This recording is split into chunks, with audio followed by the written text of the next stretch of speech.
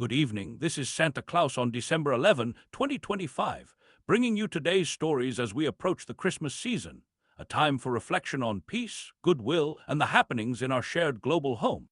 Mexico's Congress has approved significant tariffs of up to 50% on many Chinese imports, a move that appears to align Mexico with United States trade policies.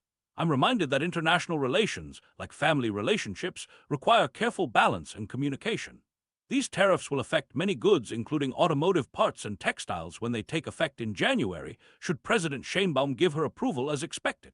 Meanwhile, across the globe in Bulgaria, Prime Minister Zhelyazkov has handed in his government's resignation following weeks of street protests. The people gathered to voice their concerns about economic policies and corruption, a reminder that the voices of ordinary folks matter greatly. As Zhelyazkov himself noted, this was not a social protest, but a protest for values, something that unites different parts of Bulgarian society. This comes just before Bulgaria is set to join the Eurozone on January 1, a time of transition indeed. Now, turning our gaze to Thailand, Prime Minister Anutin Charnvirakul plans to dissolve parliament for an early election, returning power to the people. In our homes and in our nations, sometimes we need fresh beginnings, don't we? More concerning news comes from NATO, where Chief Mark Rutte has urged allies to increase defense efforts, warning that Russia could be ready to use military force against NATO within 5 years. My heart grows heavy when I hear talk of conflict. Rutte cautioned that conflict is at our door and that Russia has brought war back to Europe. Let us pray for wisdom among leaders and for peace to prevail.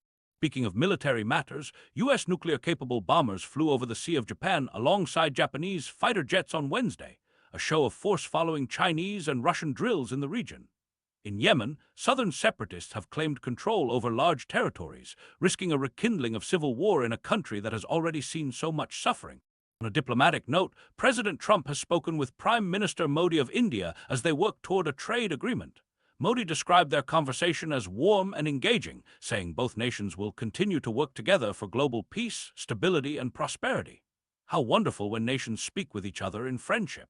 The United States has also approved the sale of advanced technology and upgrades for Pakistan's F-16 fighter planes, worth approximately $686 million, continuing a maintenance agreement from 2022.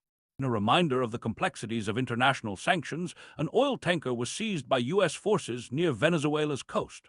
This vessel, the skipper, had a history of concealing its location information and is believed to be part of what experts call a dark fleet, tankers that try to evade oil sanctions. President Trump has mentioned that pretty strong words were used on a recent phone call with European leaders about Ukraine. The ongoing situation there calls us all to remember the human cost of conflict and the importance of finding paths to genuine peace. In technology news, China has developed what may be its greatest advantage in the artificial intelligence race, the world's biggest power grid. While the U.S. leads in AI models and advanced computer chips, China now generates more than twice as much electricity as America, and Chinese data centers often pay less than half what American ones pay. This electron gap has become a major concern for American tech leaders.